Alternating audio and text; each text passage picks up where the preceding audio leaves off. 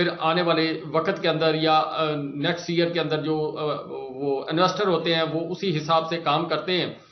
Goldman سیک جو ہے اس نے اپنی ایک ایڈوائزری جاری کی ہے پاکستان کے متعلق، جس طرح ٹورزم کے متعلق مختلف ممالک جو ہے ایڈوائزری جاری کرتے ہیں. حالیہ گزشتہ دنوں کے اندر پاکستان کے متعلق مختلف ممالک نے ایڈوائزری جاری کی تھی کہ کوئی بھی شہری جو ہے ان کا وہ باہر نہ نکلے، غیر ضروری سفر نہ کرے. اسی طریقے سے یہ اکنامک ایڈوائزری ہے وہ گولڈمین سیک جو ہے اس کمپنی نے وہ جاری کی ہے. انہوں نے کہا جی کہ پاکستان کے اندر اس وقت جو روپیہ ہے وہ مستحکم ہو رہا ہے اور آرٹیفیشل طریقے کے ذریعے اس کو مستحکم رکھنے کی کوشش کی جا رہی ہے. ڈالر کے مقابلے میں یعنی مصنوعی طریقے سے اس کو ڈیولپ کیا جا رہا ہے، اور اس لیے اس نے ایڈوائزری جو جاری کی ہے اس کے مطابق اس نے متنبع کیا تمام دنیا کے لوگوں کو کہ پاکستان کے اندر ابھی انویسٹمنٹ نہ کی جائے، اور کیوں کسی بھی وقت اگر پاکستان پر کوئی معاشی دباؤ آیا تو یہ پاکستان کی جو اکنامک سچویشن ہے وہ کریش کر جائے گی اور پاکستان شاید ڈیفالٹ کی طرف چلا جائے.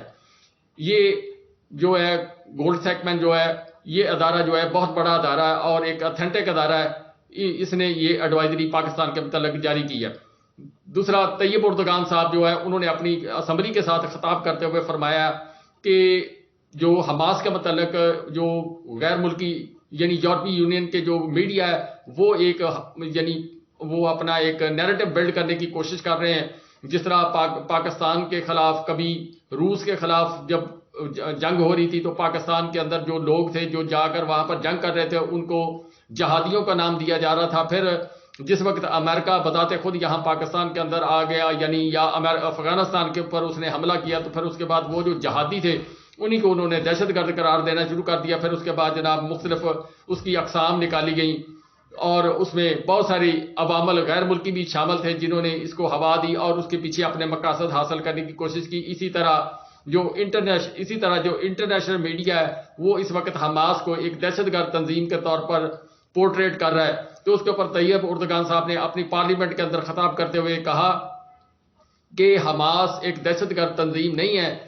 اس کے متعلق انہوں نے جو دبنگ بیان دیا ہے وہ یہ ہے، انہوں نے کہا کہ وہ اپنی آزادی کی جنگ لڑ رہے ہیں اور آزادی کی جنگ لڑنا ہر ملک کے اوپر فرض ہے. جس طرح کا ظلم جبر تشدد اب فلسطینیوں کے اوپر کیا جا رہا ہے وہ نگفتہ بے ہے. 2000 کے قریب بچے جو ہے وہ شہید ہو گئے ہیں، عورتیں، نوجوان، بزرگ اور اس کے علاوہ بے شمار لوگ جو ہیں وہ لقمہ اجل بن گئے اور شہادت کا مرتبہ حاصل کیا.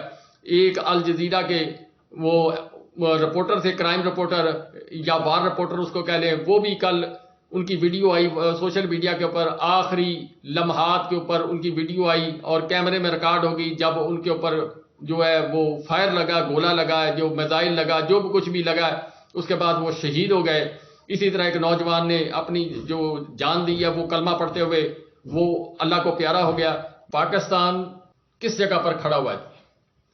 پاکستان اس بند کلی کے اندر کھڑا ہوا ہے جس کے اندر کوئی بھی دنیا کا جو ملک ہے وہ پاکستان کے ساتھ رابطے میں نہیں ہے. خاص طور پر جو پاکستان کے ارد گرد اسلامی ممالک ہیں یا پاکستان کے پہلے دوست ممالک تھے وہ پاکستان کے ساتھ اس وقت رابطے میں نہیں ہے. پوری دنیا اسرائیل کی مذمت بھی کر رہی ہے جو اسلامی ممالک ہیں، اور یورپی یونین جو ہے وہ اسرائیل کو جو سپورٹ کر رہی ہے، ان کا میڈیا بھی ان کو سپورٹ کر رہا ہے. جس طرح میں طیب اردگان صاحب نے جی اپنی اسمبلی کو اعتماد میں لیا ہے، یا باقی جو محمد بن سلمان صاحب ہے وہ اہم کردار ادا کر رہے. ایران جو ہے وہ اب سخت سٹانس پر آتا جا رہا ہے.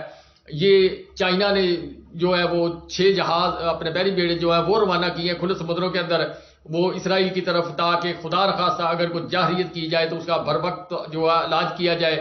تائیوان کا مسئلہ بھی ہے، اور اس کے علاوہ جو یوکرائن کے اندر مسئلہ پھنسا ہوا، یہ روس اور چائنا کے لیے اس وقت بہترین موقع ہے جی کہ وہ اپنا ترب کا پتہ کھیلیں گے اور اسرائیل کے ذریعے وہ طوطے کی جان پنجرے میں، وہ حساب ہے جی کہ امریکہ کی جان اسرائیل میں. تو اس کو نیچا دکھانے کے لیے یہ جو 2 ممالک ہیں یہ اپنا جو کام ہے یوکرین والا اس کے اوپر اپنا رد عمل وہاں پر دیں گے. باقی جو چھوٹی جماعتیں ہیں وہاں پر جس طرح کا جبر تشدد ہے وہ میں آپ کو بتا چکا ہوں، اس کے متعلق بتا. لیکن پاکستان کے اندر گزشتہ جس طرح 17 ماہ کے دوران کو بڑا نام کوئی نہیں آیا، بڑا وزیر اعظم کوئی نہیں آیا، کوئی دوسرا صدر نہیں آیا، کوئی کسی ملک کا سپہ سالار نہیں آیا. پہلے ہر ماہ جو ہے آئی ایس آئی کی میٹنگ ہوتی تھی، ہر طرح مختلف ممالک جو ہیں ان کے صدور آتے تھے، لیکن جب سے رجیم چینج ہوا اس کے بعد پاکستان کا نقشہ معاشی طور پر بھی خارجی طور پر بھی وہ چینج ہو گیا. بھارت کے اندر مختلف قسم کے میمز پڑھ رہے ہیں، ان کے میڈیا جو ہے پاکستان پر اور نواز شریف صاحب پر مختلف قسم کے جناب پروگرام کر رہے ہیں، اور جو لانے والے ہیں ان کے اوپر وہ طنزیہ فکرے جو وہ کس رہے ہیں. پاکستان کے عدل کے نظام پر، پاکستان کے بڑے نظام کے اوپر وہ بڑے طنزیہ مزاج کے اندر وہ باتیں کر رہے ہیں. بہرحال کہ وہ انڈیا نے تو ہاتھ سے موقع نہیں جانے دینا، جو کچھ اس نے کیا جی اس کے بندے پکڑے گئے ہیں، وہ کیوں پکڑے گئے ہیں وہ ایک علیحدہ بات ہے. بہرحال کہ جی پاکستان کے اندر میں اسرائیل کے حوالے سے نہایت مایوسی کے ساتھ، نہ اس طرح کا رد عمل فوراً نفذ سے آیا، نہ ان لوگوں کی طرف سے آیا جن لوگوں کے سے تمام دنیا کی امید ہے کہ یہ سب سے طاقتور جو ہے لوگ جو ہیں پاکستان کے اندر، وہ ان کی طرف سے کوئی بڑا رد عمل نہیں آیا. اسی طرح نہ پاکستان مسلم لیگ نے، نہ مولانا فضل الرحمان صاحب نے، نہ کسی جماعت نے، ایون کہ یہ جو دینی جماعتیں تھیں انہوں نے بھی اپنا جو ہے وہ امیج جو ہے وہ اپنا ڈیمیج کیا ہے. جماعت اسلامی وہ کہیں نہیں بولی. مولانا فضل الرحمان صاحب فلسطین کو سبق دینا شروع ہو گئے جی کہ ہاں جی آپ صبر و سکون سے کام لیں. وہ صبر و سکون کے ساتھ ان کے 2000 بچے مار دیے، بے گھر کر دیا، جوان عورتیں بوڑھے سب جو ہے وہ ملیا میٹ کر کے رکھ دیا. یہ مولانا صاحب کا سٹانس تھا جی، جن کی ساری سیاست اسرائیل نام منظور کے اوپر گزری ہے. بہرحال کہ جی عمران خان صاحب وہ ہیں جی جنہوں نے کال دی تھی، پھر ان کو ڈنڈے پڑنے شروع ہو گئے، گرفتاریاں شروع ہو گئی کہ اسرائیل کے خلاف کوئی کسی قسم کا جناب اپنے احتجاج نہیں کیا. کیوں؟ جو بائیڈن نے کہا تھا جی کہ جو ملک اسرائیل کے خلاف جو ہے چلے گا وہ ہماری لسٹ سے نکل جائے گا. اب پاکستان امریکہ کے بلاک میں جا چکا ہے تو اس لیے وہ ادھر تو کوئی پروٹیسٹ نہیں کر سکتا. پاکستان جو ہے پاکستان یہی اظہار کرے گا جی کہ ہم تو نیوٹرل ہیں جی، چپ ہے، نہ ہم ادھر ہیں نہ ادھر ہیں. جو سعودی عرب ہے، دبئی ہے، قطر ہے، وہ اپنا اہم کردار ادا کر رہے ہیں. طیب اردگان اپنا اہم کردار کر رہے ہیں، لیکن پاکستان کے جو دین والے لوگ ہیں وہ بھی افسوس کی بات ہے وہ نہیں بولے جی. ان کو بولنا چاہیے تھا. لیکن آپ کو جس دن سے یہ مارکا اسرائیل اور اس کا شروع ہوا ہے جی فلسطین کا، پاکستان کے اندر نہ چاند دیکھنے والی جماعت کا، نہ سنی تحریک، نہ کوئی اور تحریک، نہ جماعت اسلامی، نہ مولانا صاحب کی جماعت، نہ تحریک لبیک، کسی نے بھی آواز نہیں اٹھائی. اس سے آپ خود سوچ لیں کہ ہم مفاہمت کے لیے، ہم اپنے دین کے لیے کتنے سنسیئر ہیں، اور ہم جناب کس طریقے کے ذریعے جناب یہ کھیل کھیل رہے ہیں. کوئی فرقے بندی کا کھیل کھیل رہا ہے، کوئی جناب سیاسی جماعت بنا کر کھیل کھیل رہا ہے.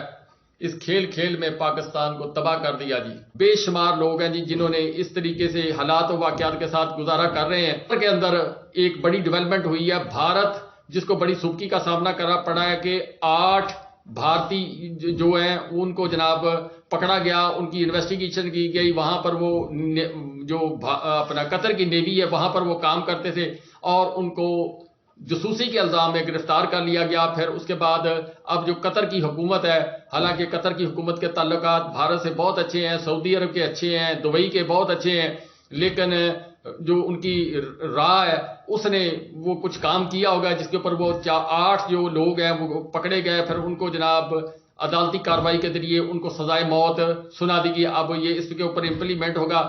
بھارت نے وہاں پر بھی اپنی ٹانگ اڑانے کی کوشش کی.